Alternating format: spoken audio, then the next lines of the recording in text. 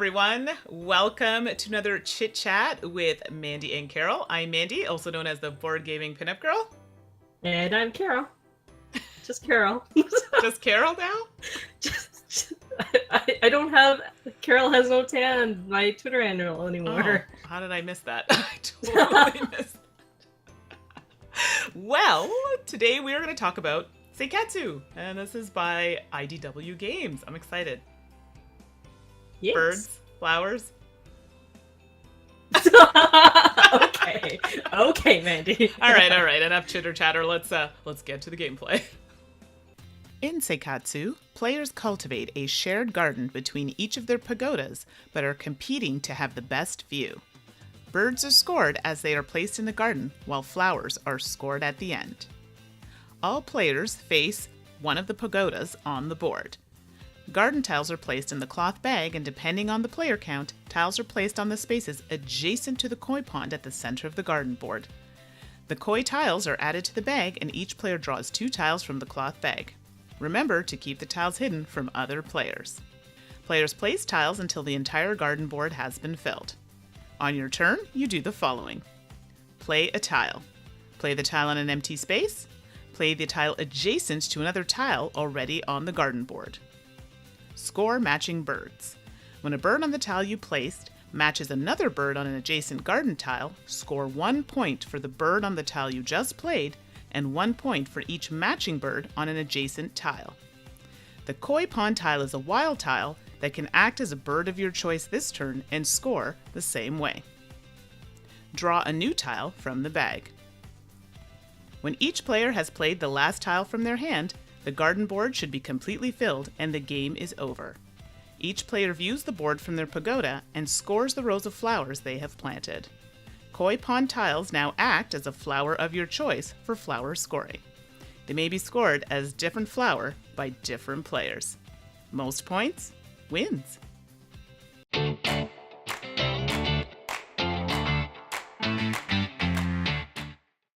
So now we're ready to talk about Seikatsu. What'd you think?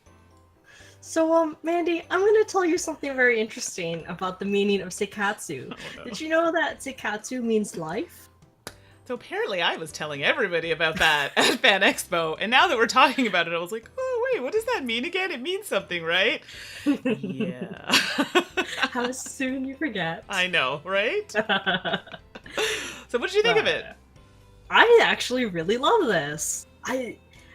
I was skeptical at first because, it's got that nice white box and it's got birds on it, and I look at it, you can go either way. It could be like a so-so game, and it could be like, oh, that's pretty good. But this is actually like a great game. Like, I want to play this back to back to back to back. Which is what we did at Fan Expo.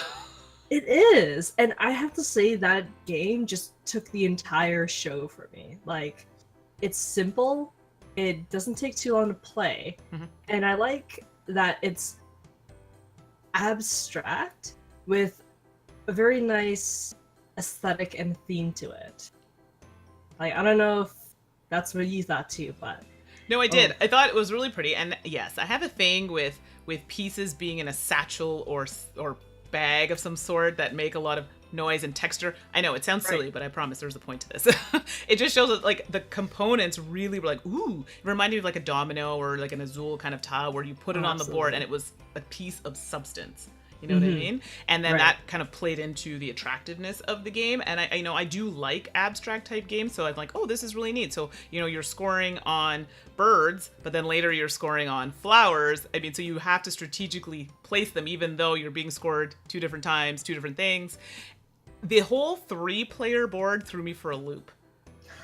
It does. Like, knowing what thing to look down is hard, but I'm glad that they thought about that, and they you have like these little, they're not pagodas, but like a little landmark to kind of refer to like where your center line is, which I'm really glad they did. But if you're not, I think it's the pink player where it's just like straight down. I know, I'm trying to remember the board. There was pink, green, and blue. Yes. I don't remember which one's straight, but yes, there is one of that straight down. Yeah. And then the other ones are just kind of like, oh, And Yeah, and I'm glad that there's something to refer to kind of reference yourself. Yes, that definitely helps, especially for someone like me. It's like I have no spatial awareness or anything, and I'm like, oh, this is great. It gives me that line of sight. Right. But I like the fact, too, with this game, it was accessible to a variety of ages, because I know I taught a family. So they had children that were about, I think, 6 or 7, maybe 7. And everybody loved it. Like, actually, the child that was there creamed everybody. It just was like so good and really enjoyed it. And it's like, let's play again. And their parents ended up telling me later that, oh, we ended up buying it because, you know, everybody had a really good time with it. And, you know, our child was really involved. So, I mean, that's a big win if your family can play it and you have all different ages and it still clicks with everybody. Totally.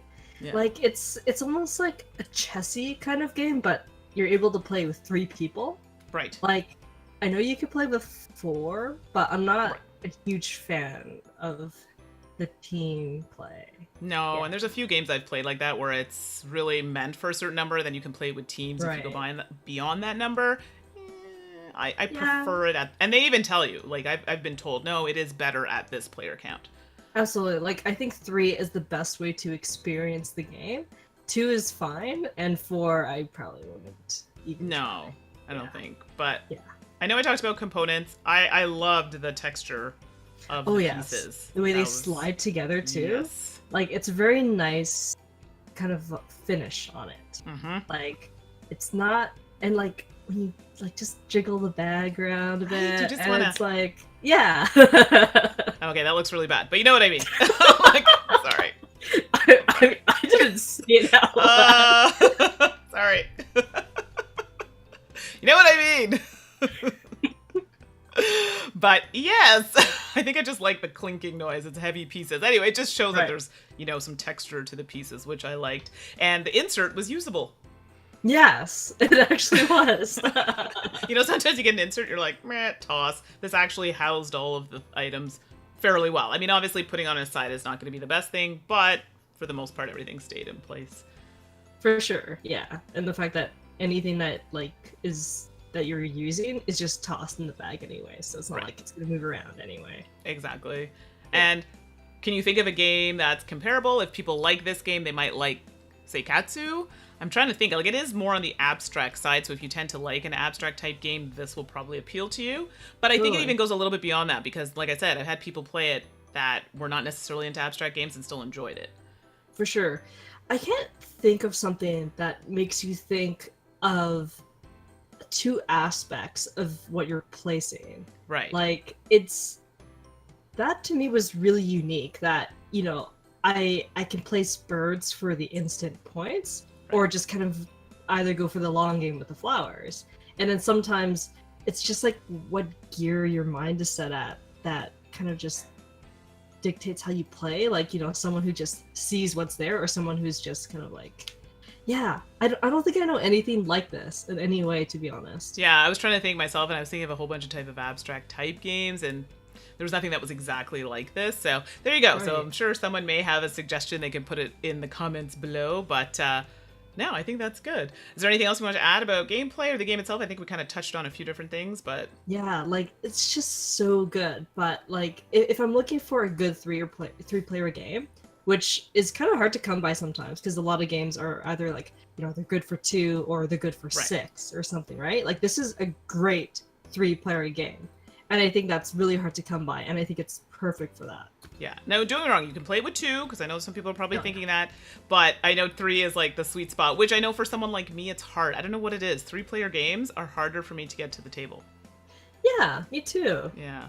But, I mean, if you can do it, definitely worth a shot. I think it's worth it. It's a short amount of time to play. I think, 30 minutes or so, give or take. And people like that, you know, if they're in that range of like, oh, I'm not really sure about games, or I'm new to this, or I have a family, so we don't anything too long. This kind of feeds that or fills that, well, you know, that need. So I think overall for me, I really enjoyed it. It's one that I still play often. It's a great lunchtime game. Again, if you can find the 3 players, but if it's more, I mean, you do the team thing, but I definitely like it at the 3-player count. Yeah, absolutely. Like, I think this is probably one of my top 5 games from last year, for sure. Ooh, wow. Yeah. Okay, I had no idea. Surprise! That's how much I like it. Amazing! So there you go. So that is our review and overview of Seikatsu, and we'll see you next time. Bye! Bye.